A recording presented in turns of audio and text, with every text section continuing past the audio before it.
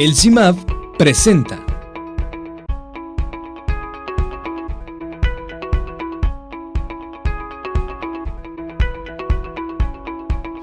Bueno, ya buenas tardes. En realidad, gracias a, bueno, pues el CIMAV por haber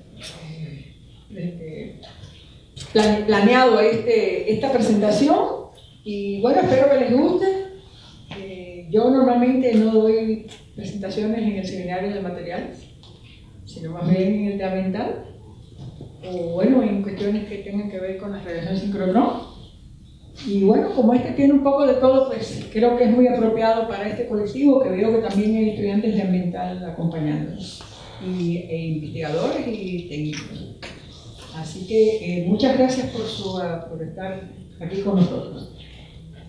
Como ustedes ven, el tema trata de saber, de la investigación que hicimos, de saber si se deterioran los cristales de NAICA por la acción humana. El colectivo de autores, están todos los autores, pero me quedaron todas trafucadas las instituciones a las que pertenecen. De todas formas, aquí tenemos un colectivo en el cual hay muchos chihuahuenses, hay extranjeros que están relacionados en el trabajo con nosotros, y en realidad todos estamos muy vinculados al trabajo aquí en CIMAV, porque hemos hecho trabajos, por ejemplo, los sincrotrones, estas dos personas y estos dos investigadores, y también Esperanza Menéndez Méndez, que es de Madrid. Pero bueno, ya les digo, esto no tiene nada que ver con... está todo deformado. Entonces, bueno, vamos a ver. El contenido general del seminario va a ser sobre los cristales gigantes de yeso, una breve descripción, las imperfecciones de los cristales que esperamos nosotros, la caracterización químico-estructural de las impurezas, la simulación experimental del posible deterioro y finalmente las conclusiones. Bueno, la presentación tiene una mezcla de texto en inglés y en español. Yo traté de poner en español muchas cosas, pero ya había algunos detalles que me parecía que no era necesario. Entonces se lo van a encontrar así, pero ustedes entienden. Muchas personas de aquí de Chihuahua, sobre todo, conocen los cristales de NAICA, y en realidad, desde que se descubrieron los cristales gigantes más grandes que se conocen, que son los cristales gigantes de NAICA, en el año 2000, han fascinado a todos los cristalógrafos a nivel mundial. Han hecho películas en National Geographic, hicieron un documental muy bueno español, y bueno, pues hay que decir que están aquí en Chihuahua, y esta es la entrada que tenía la mina en aquel momento en que hicimos toda la investigación. La mina es una mina de plomo, zinc y plata principalmente. Este es como un esquema de la entrada a la mina, o sea, esto es un esquema porque en realidad es espiral. O sea, la entrada es espiral. Para que tengan una idea, esa rampa, que le dicen la rampa San Francisco, una Suburban puede pasar holgadamente. Porque por ahí, en cierto momento, no se extraía el mineral, no se extrae por ahí. El mineral normalmente se extrae por un tiro más directo. Pero hay equipamiento grande, sí ha entrado sistemáticamente. Entonces, bueno, este es el perfil geológico de la mina. Esto, pues yo no voy a entrar en los detalles del perfil como tal, sino llamar la atención, por ejemplo, para la producción del mineral es necesario extraer el agua, porque todo eso tiene una gran cantidad de agua. Esto que se representa aquí de esta forma, fíjense, aquí se representa la entrada de esa espiral. Todo esto que ustedes ven ahí es la representación de la mineralización de plomo, zinc y plata. Aquí se descubrió a principios del siglo XX se descubrió la cueva de las espadas a este nivel, que es esta, y en el año 2000 se descubrió a menos 290 metros la cueva de los cristales gigantes, que tiene cristales de hasta 12 metros de longitud. Y que esta es una de las fotografías famosas de National Geographic y esas cosas. Entonces, esta es, por ejemplo, la entrada. Nosotros, en uno de los viajes en que entramos a la cueva, esta es una fotografía tomada por nosotros. Esto es, por cierto, en otro viaje. Aquí está Luis, aquí estoy yo. Este es el guía.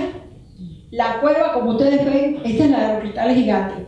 Para entrar, esto es una puerta de acero que tiene una llave fuerte.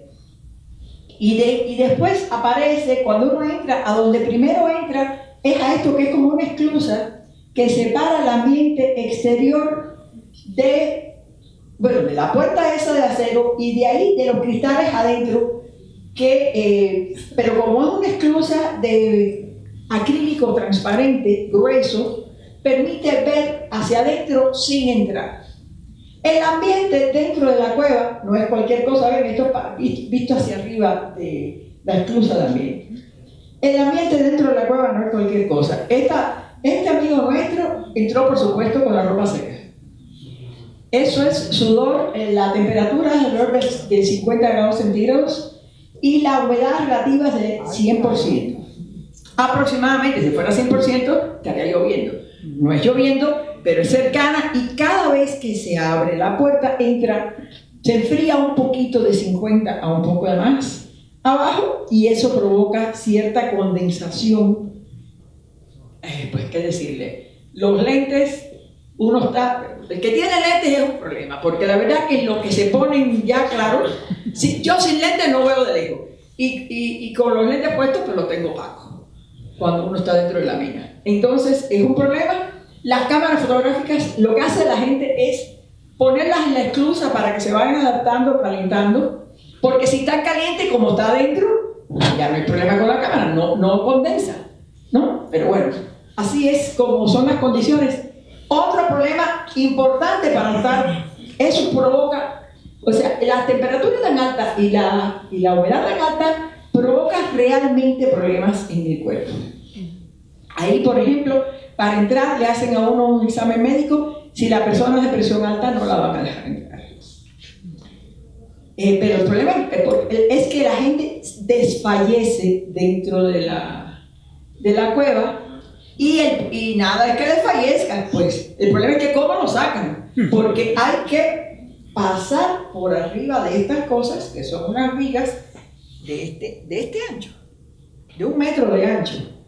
Entonces, no es fácil. Si a alguien le pasa algo adentro, es muy peligroso para la persona y es muy difícil sacarlo, porque ustedes saben que un peso muerto es muy difícil de trasladar.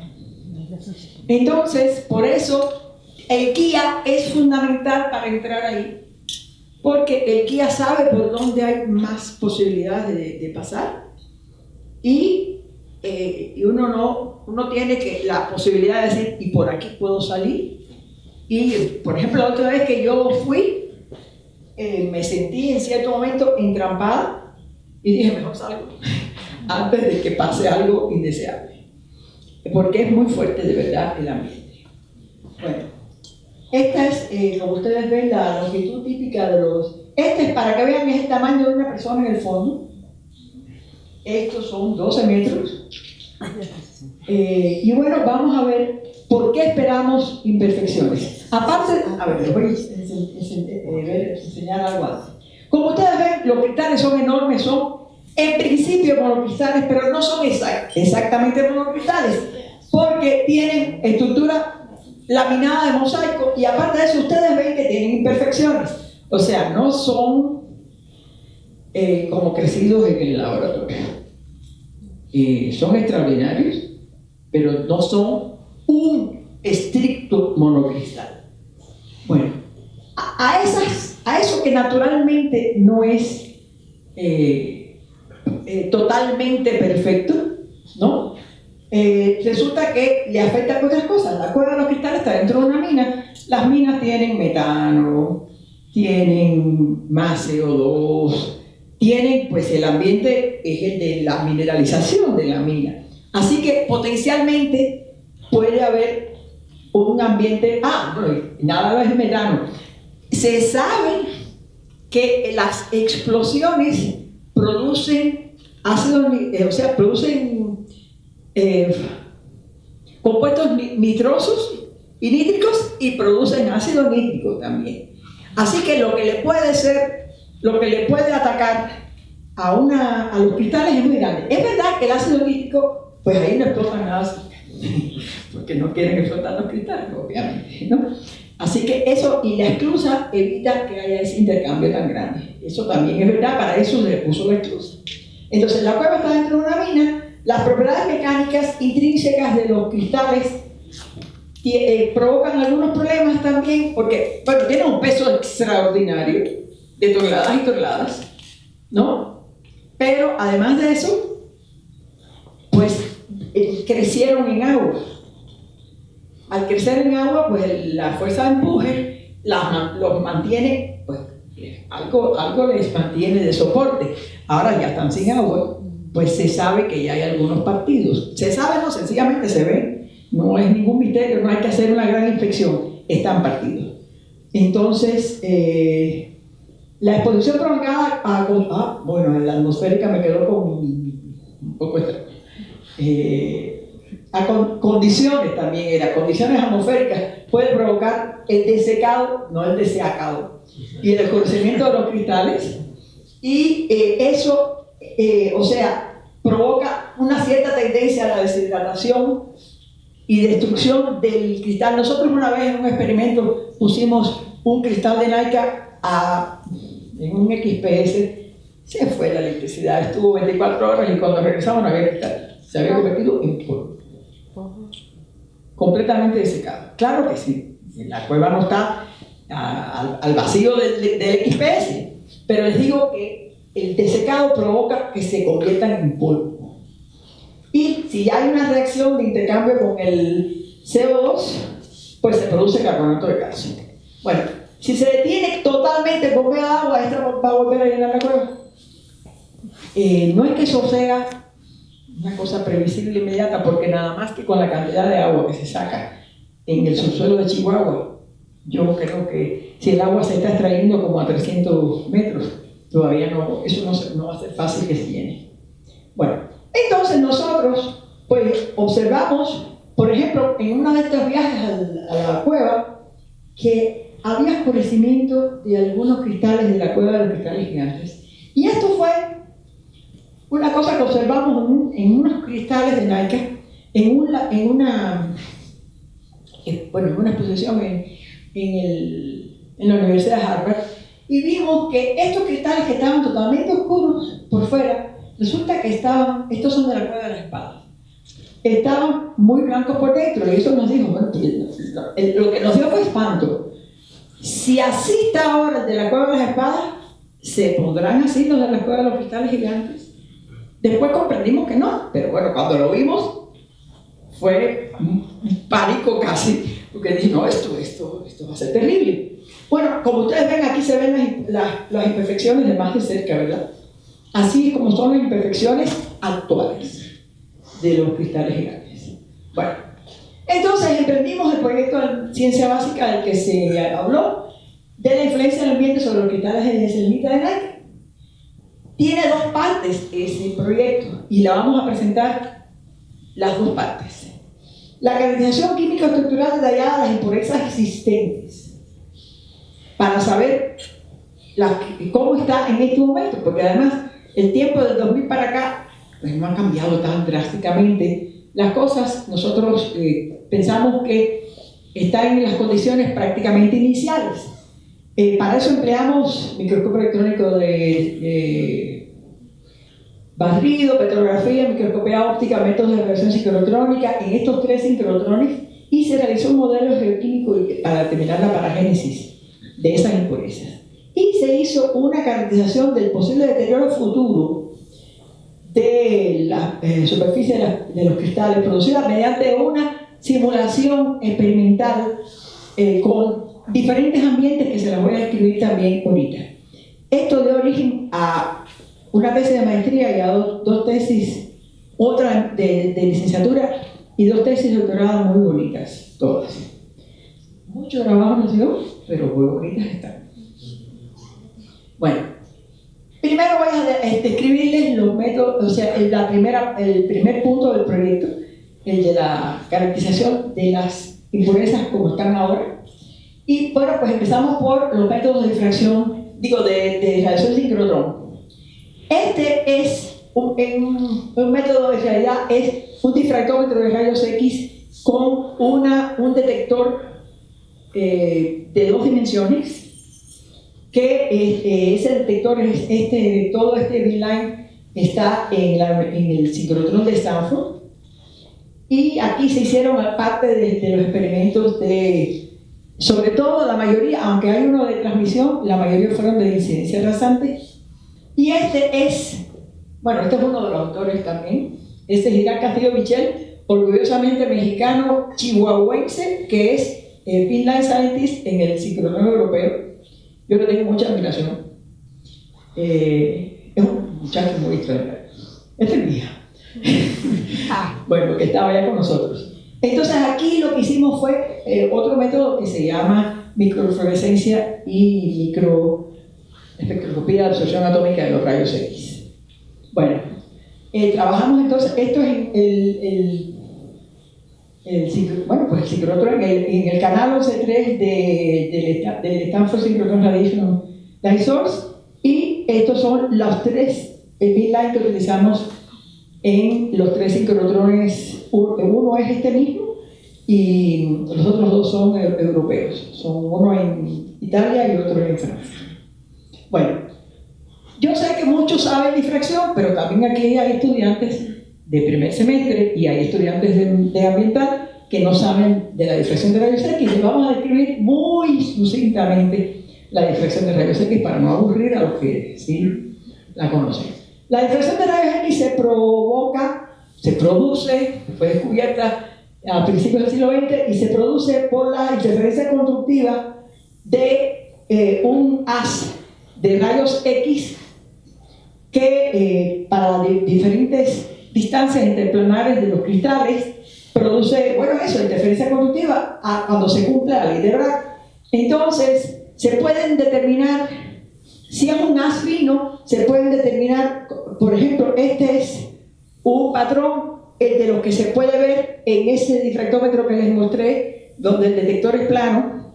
Entonces, se puede ver que la interferencia constructiva dio señal intensa en donde están los puntos, y esto demuestra que es un cristal mosaico, y esto es como también produce unos arcos en los anillos de Debye, o un mosaico o muy texturizado, tiene arcos de los anillos de Debye, y cuando es policristalino es completo un anillo, ¿no? Entonces cuando se integra para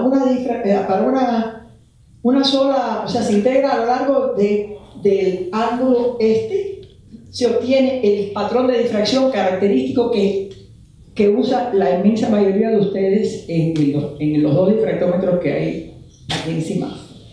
Entonces, este es un experimento que hicimos muy interesante, nos resultó muy bonito. Es que ya les digo, claro, a mí me gusta esto, ¿no? Pero, obviamente. Pero fue muy interesante este experimento. Esto que ustedes ven aquí, chiquiticos, esto es plastilina, pero esto es el cristal. Entonces, ese puntico negro es un lugar donde hay un vacío para atrapar la muestra, no tiene nada que ver con nosotros. Esto es un detector, el haz incidente del sincrotrón es muy intenso, y si va directo al detector, estropea el detector. Entonces se evita, y lo que se pone es otro detector que con la parte de atrás detiene el haz, y entonces es un detector que se puede usar para hacer una cosa de transmisión. Entonces, aquí hay que ubicarse, no sé cómo hacerlo con las manos y con el micrófono, El haz en los sincrotrones, el haz nunca se mueve todo alrededor del haz. Por razones obvias, porque el haz de sincrotrón viene de un aparato que tiene el tamaño de un estadio de fútbol y los experimentos están en una caseta, ¿no? Entonces, en ese haz fijo y el detector fijo, si usted mueve la muestra, entonces se sabe, hace una especie de radiografía, que fue lo que hizo esto.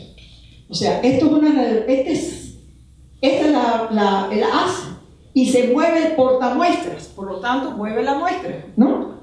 El portamuestras hace así, ¿no? Entonces, eso, ¿qué era lo que sucedía? Se reflejaba en el detector.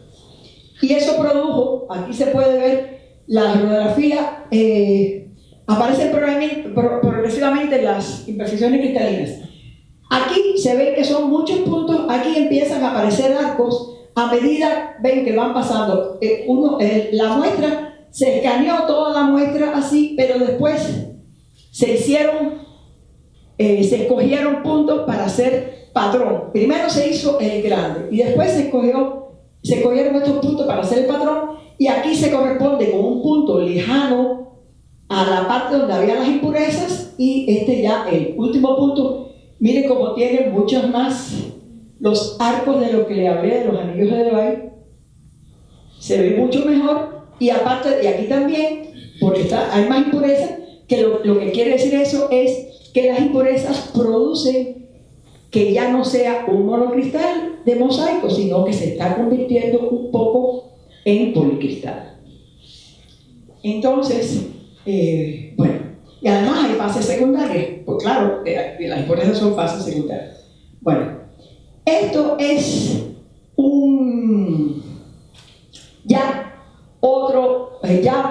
para nosotros identificar las impurezas se hacía un experimento de ángulo rasante, en el cual se hacen de ángulo rasante porque cuando lo que hay es solamente impurezas, si usted hace incidir la muestra y mueve, acuérdense que es el sincrotrón, el haz fijo, si usted mueve la muestra y la hace incidir de volumen, lo único que va a ver que es yeso, y yeso ya sabemos qué es, porque es de yeso, es el cristal. Entonces lo que queremos es lo que hay en la superficie, y se hace un ángulo rasante para que pase por la superficie que es la que contiene las impurezas. Y entonces, pues bueno, esta es la identificación en ese detector de pues mire todo lo que hay de yeso, ¿no? Pues son los picos principales, pero también encontramos galena, falerita, hematita y cuprita por reflexiones características. Bueno, ahora pasamos al otro método que utilizamos, que es el de estructura fina de la absorción de rayos X. Bueno, este es el esquema de cómo se hace este experimento. La absorción de rayos X, bueno, ustedes todos saben que si ustedes ponen, los rayos X del difractómetro tienen vidrios de plomo y otro tipo de paredes de protección que es imprescindible, y lo que sucede es que ese vidrio de plomo o esas paredes absorben los rayos X. Y si ustedes, si saben un poco de absorción de rayos X, saben que es un efecto que es exponencial. O sea que la absorción depende del coeficiente de atenuación, que es esto que tenemos aquí. O sea, esta es la ley exponencial. La intensidad del rayo X incidente es este es el rayo atenuado, y se puede probar que a espesores mayores multiplicado por el coeficiente de atenuación, la exponencial de esto es lo que sale del haz. Pero si le sacamos estas cuentas, o el logaritmo, o si es por método de fluorescencia, esta división, podemos tener la dependencia del coeficiente de atenuación con la energía del rayo X. Esto es un esquema muy esquemático, ¿verdad? Imagínense que este es el ciclotrón de una cuadra, tamaño de un campo de fútbol, y entonces este es el enlace, está el monocromador, bueno, colimador, isocero, fluorescencia, etc. Bien. Esto más o menos es lo que hacemos. El estudio del coeficiente de atenuación refleja que la atenuación se produce para los rayos X fundamentalmente por el efecto fotoeléctrico. Y a través del efecto fotoeléctrico se puede determinar, se puede producir fluorescencia de rayos X, y la fluorescencia de rayos X nos permite identificar el elemento, porque la energía de cada rayo fluorescente se corresponde con el elemento químico. Entonces resulta, imagínense esto, que tenemos una muestra y que hacemos un escaneo con un haz, y que determinamos con unos detectores la energía de los diferentes, la energía que sale del haz, ¿no? De la posición esa, ¿verdad? Incide un haz de rayos X y sale reflejado un haz de fluorescencia que tiene diferentes componentes. Es parecido a lo que han hecho microscopía electrónica al EDS. Lo único que el EDS se provoca con electrones y la fluorescencia de rayos X se provoca con rayos X. Pero el proceso es el mismo, se extrae un electrón de las capas más internas del átomo.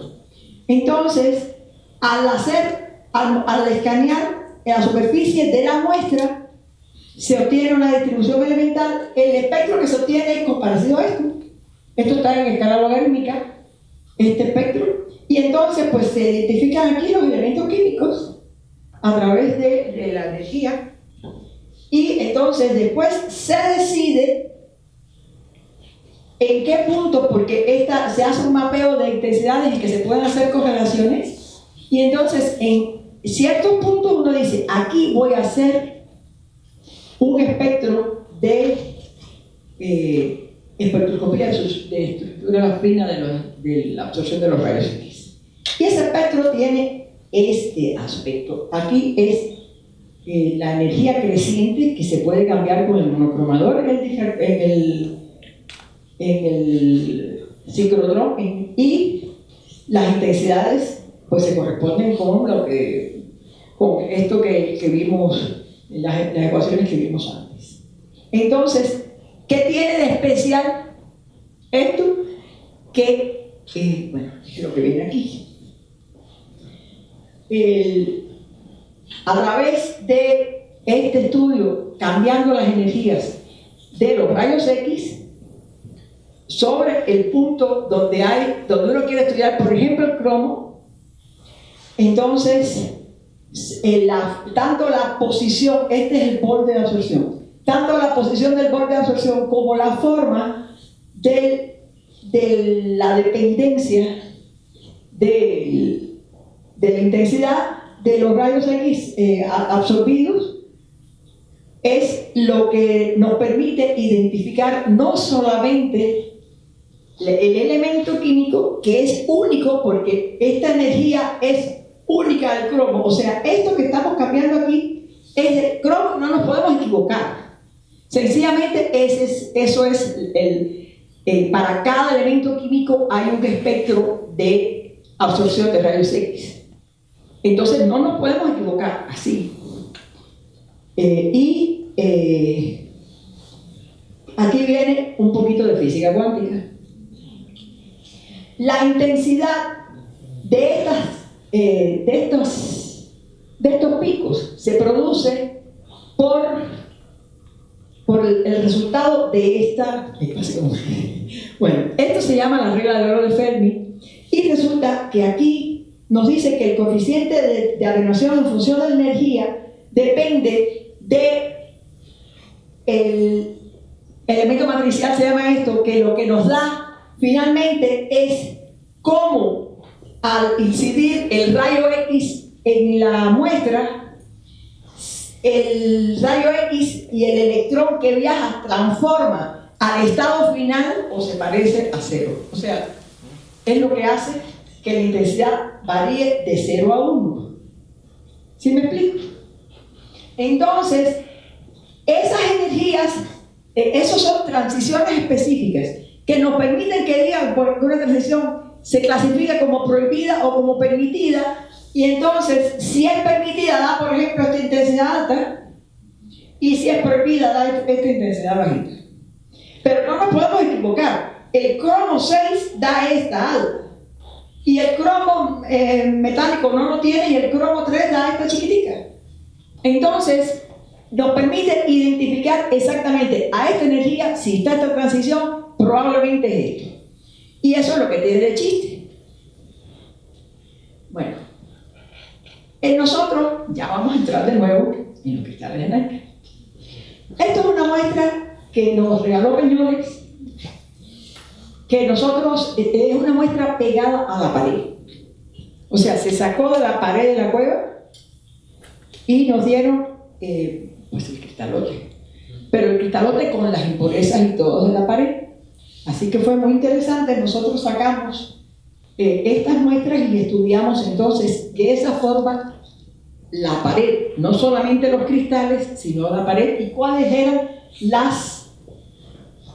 o sea, saber cuáles eran los compuestos de la pared, ¿no? Como ustedes ven. Bueno, con esto, ¿cuántos experimentos habremos hecho de absorción de rayos X? Imagínense.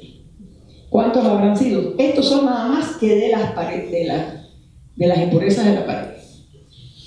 A mí me encanta esto, como les dije. Le he dedicado un tiempo grandísimo, pero me gusta mucho. Fíjense, como yo tengo aquí, yo busco lo que le llaman características especiales de cada espectro para poder identificar la transición de la que les hablé en la diapositiva pasada, y entonces decir, esto es cloruro de manganeso, o esto es arsénico 5, o esto es bueno, pues no, creo que esta es cuprita, estos de la pared, todos eran guetitas, todos nos dieron guetitas en la pared. Son los de plomo. Bueno, plomo se esperaba, por supuesto, en una mina de plomo se esperaba que hubiera impurezas que tuvieran que ver con plomo. Pero el plomo es muy difícil, esas transiciones que yo le digo que es que son muy debilitas la diferencia. Y entonces, cuando hay poca estadística, pues es más difícil, es más atrevido decir cuál es el compuesto. En el caso del plomo, y bueno, nosotros decimos que esto es cerucita, que es carbonato de plomo, pero ya decir afirmaciones fuertes respecto de las demás, ¿por qué es difícil? Porque fíjense cómo yo le pongo esto aquí, esa es la energía, para identificar la energía. Si la transición más alta no cae en esa energía, no es ese compuesto. Ya, se acabó, no tengo nada que hacer. Entonces no puedo decir, a veces, no se pueden hacer a veces afirmaciones muy grandes, y además se hacen algunos experimentos, pues, entre los que participaron. Está René Loredo Portales, que también, bueno, es de la Universidad de la UNAM, pero trabaja en Sonora, y él hizo unos experimentos de depositar zinc sobre guetita. Y entonces no se puede decir, o sea, es muy poquito, no es depositar, es absorción. Ustedes saben que absorción es poco lo que se absorbe, ¿verdad? Y entonces, eventualmente se puede convertir en una mineralización, pero no siempre. Y entonces, pues la forma de la absorción del zinc sobre guetita si da en esta energía y todas esas cosas, bueno, pues es zinc sobre guetita. Bueno, ya esto es de las impurezas de los cristales. Aquí, como ustedes ven, por ejemplo, aquí tengo la colección, o sea, nosotros encontramos muy frecuentemente que coincidía la presencia de manganeso y plomo y la presencia como amorfos, y la presencia de zinc y hierro y arsénico en los mismos puntos. Entonces, aquí nosotros identificamos por la forma que esto es carbonato de manganeso, porque miren cómo la forma es distinta, yo busqué la energía, y los demás se parecen más, todos parecen, esto se llama pirolusita, y es amorfa. Entonces, esto es la zincita, y bueno, afirmar que esto es zincita se puede, pero ya lo otro cuesta un poco más de trabajo. Yo no encontré exactamente, no fue tan fácil decir cuál era ese, y por lo tanto no está puesto. Y esto era, fíjense que hay uno aquí que es lepidocrosita y otro que es ferridrita, nada más que por la diferente posición y porque tienen más intenso, o sea, por la posición del máximo, para mí arriba, y porque tiene este pequeño hombro, porque tiene ese hombro es ferridrita y porque no lo tiene es lepidocrosita, porque es una transición. Bueno, esto es y sigue siendo en Stanford. Aquí ven bueno, este se llama carcosita, es lo que encontramos en este cristal, ven que aquí hay plomo, o sea, en los puntos. Este es un escaneo donde estamos representando con diferentes colores las intensidades de plomo, cobre y hierro, y entonces aquí no le estoy representando el hierro porque si no se me agrupa mucho aquí en la diapositiva, pero como ustedes ven, podemos identificar que aquí donde hay rojo es que ahí hay más plomo, y si hay azulito es que hay más hierro, y si hay más verdecito es que hay más cobre. Y entonces, estos son los espectros de cobre, no una sola muestra. Estos que yo tengo puesto varios que son de varias muestras, pero no voy a poner todas las muestras. Y esto es el plomo, que aquí este es, como yo les dije, que es un poco, bueno, vamos a decir que esto es cerucita, y que este se parece a la anglesita, y este que es completamente plano, ese es galeno. Bueno, entonces, esto ya es en Electra. Electra tiene un haz más grande, pero las cosas así son. En este experimento fueron con nosotros Irán Castillo y estaba Diana Escher, y fue un experimento formidable porque es que los diferentes sincrotrones tienen cada cual su ventaja, y el haber trabajado con ellos dos fue la ventaja grande. Claro, tener también el haz, por supuesto, sin el haz, como ellos solos ahí sentados no se hace nada, hay que tener el haz, ¿no? Pero el haz es más grande, pero no importa, con ellos, con sus habilidades y su conocimiento, descubrimos que coincidían siempre arsénico, hierro y zinc, que por ejemplo se ve aquí, y vimos este es un espectro de sanes de falerita, y descubrimos el arsénico 5 que está siempre en forma de arsénico 5. Después en otros experimentos hemos pues creo que el que tengo puesto de la pared de la cueva es aparentemente arsénico absorbido sobre hematita o sobre guerrita, lo que tenemos en realidad. El arsénico 5 sí está en forma de arsénico 5, pero no es obligatorio que llegue a mineralizarse.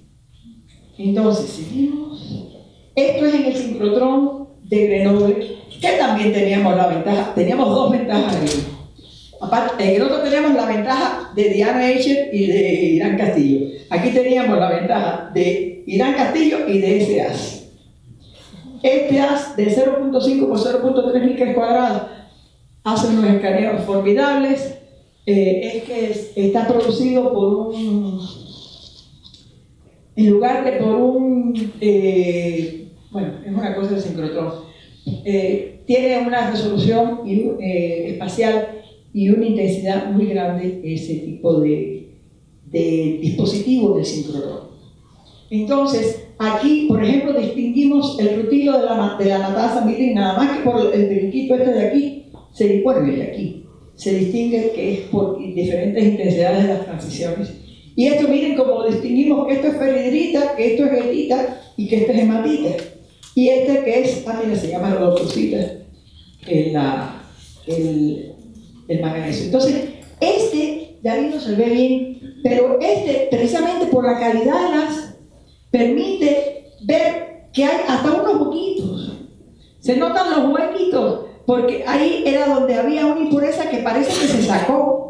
Y se nota menos intensidad de la parte de calcio, que es la parte roja. Y, o sea, que da impresión 3D. O sea, le dice, ahí había algo.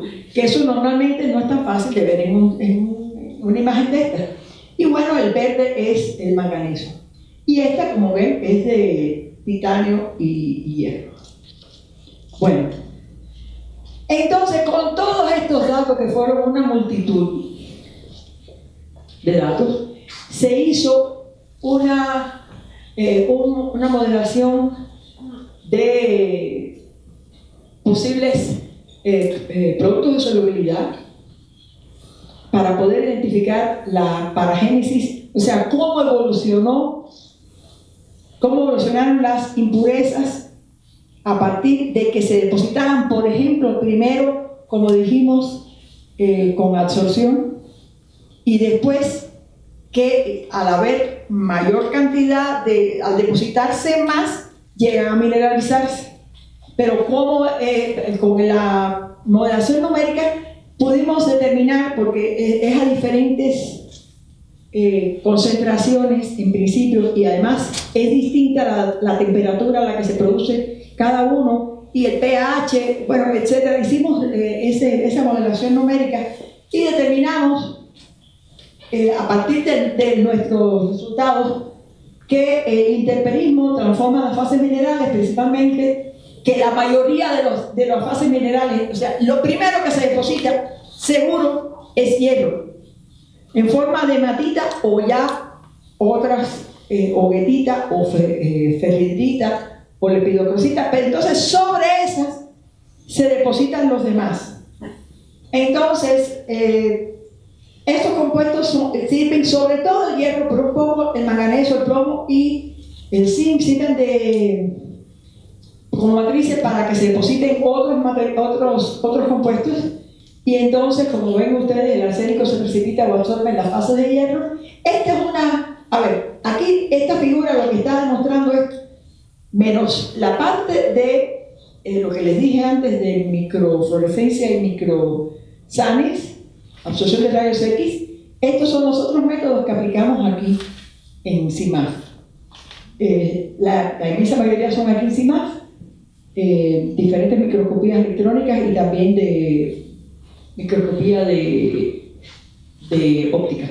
Y entonces esto es una representación de los cristales. Fue distinto lo que pasaba en los cristales más chiquitos que en los cristales más grandes, de acuerdo con lo que nosotros encontramos. O sea, cristales chiquitos y grandes quiere decir como estaban allá.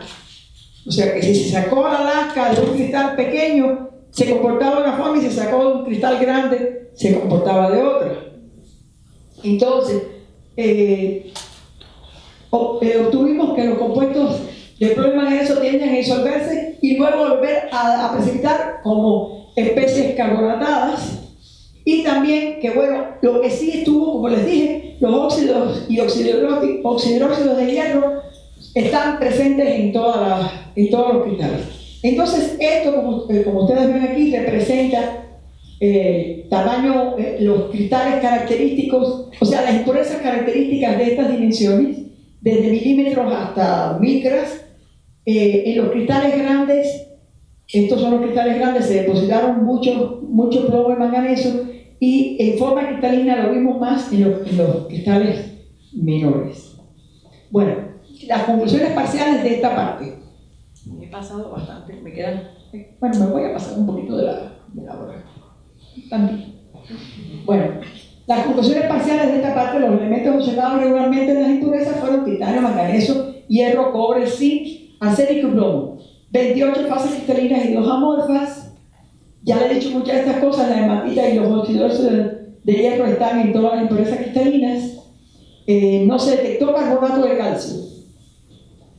Eso es muy interesante, porque eso era una de las cosas que teníamos, que se depositara carbonato de calcio por el CO2. No lo encontramos. O sea, producto de la disolución concurrente no se encontró. Las impurezas de la superficie se depositaron en la última etapa de crecimiento de los cristales.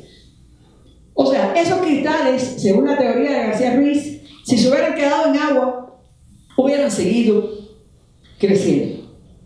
Entonces, cuando en realidad, aunque la cueva se descubrió en el año 2000, probablemente ella está sin agua desde el año 1980, por ahí más o menos, por la extracción de agua. Y a partir de, claro, que eso no es, la extracción de agua no es que un día hizo así, como si fuera que abrimos el tinaco. No. Eso tiene fluctuaciones y por eso dice que en las últimas etapas, eso quiere decir que en las fluctuaciones de haber sacado el agua se depositaron las impurezas que estaban en esa solución y evolucionaron a partir de ese momento, y además a partir de ese momento la cueva está en un ambiente muy húmedo, cerca del 100% de humedad, pero no 100%, porque si 100% sería que estuviera llena de agua, y a temperatura muy alta. Y así es como evolucionan las impurezas. Y bueno, eso son las primeras. Entonces, nosotros hicimos, este ya es el otro experimento, la otra tesis de doctorado. Hicimos una simulación experimental del posible deterioro de los cristales. Hicimos varios experimentos de envejecimiento acelerado. Aquí cooperaron con nosotros para establecer las condiciones los compañeros del grupo de corrosión y Juan Mendoza también nos ayudó. Entonces, tratando de observar el deterioro de los cristales de selenita bajo diferentes condiciones atmosféricas. O sea, eso es tomar un cristal de selenita puro. ¿Qué cosa es puro? Se corta por el plano de clivaje y ahí lo único que es selenita. O sea, no tiene ninguna otra impureza. El plano de clivaje de la selenita se saca hasta con amonía, ¿no? Entonces, obtuvimos o monitoreamos los cambios que se producían en esos ambientes de envejecimiento acelerado. Vimos los efectos a través de medir la masa, la apariencia con microscopio óptico y fases presentes con microscopio, más que nada con difracción de rayos X, de incidencia rasante. Esto siempre es incidencia rasante. Se hizo mucho, la mayoría en el Panalítica de aquí y algunos en el sincrotrón de Stanford. No me di propaganda. Este trabajo, esta publicación fue escogida como American Chemical Society Editor Choice de Crystal Growth Design. Entonces, estamos muy orgullosos de que nos escogieron. Esta es una simulación, o sea, es un esquema de cómo se hizo el experimento aquí en CIMAF. O sea, en un agua se hizo burbujear, en un tambo de agua se hizo agua destilada y todas esas cosas, se hizo burbujear CO2 y entonces eso se inyectó en la cámara salina que le dicen aquí, la Singleton del Departamento de Corrosión, que casi no se usa en este momento, tengo entendido. Entonces, aquí colocamos los cristales, ¿sí? Ahí hay diferentes cristales, y entonces se hacía burbujear durante 45 minutos. En ese momento se empezaban las condiciones del experimento y sabemos que esa cámara tiene una salida. Por lo tanto, después no se tiene el burbujeo, sino solamente la niebla durante todo el tiempo del experimento. Cuando hay CO2 es al principio del experimento.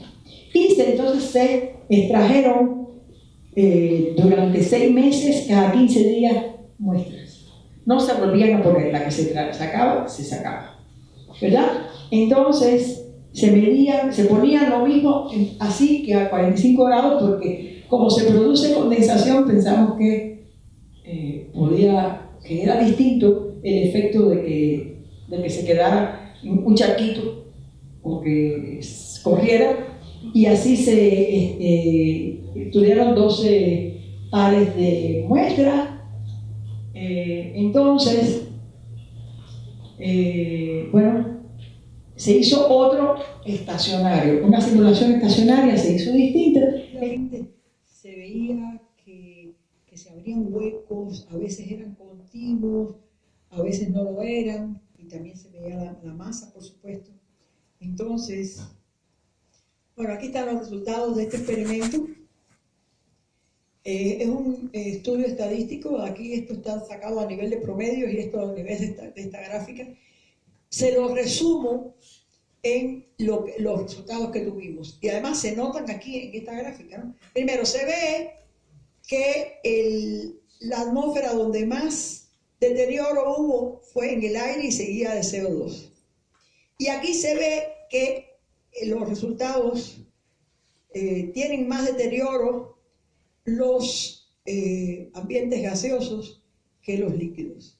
Bueno, esto aquí dice en cuanto a tiempo, a atmósfera y a temperatura. Entonces aquí pues todo da, así que no tuvo mucha importancia que fuera a una temperatura o a la otra, porque nos dio todo salteado. Y entonces no tiene significancia estadística.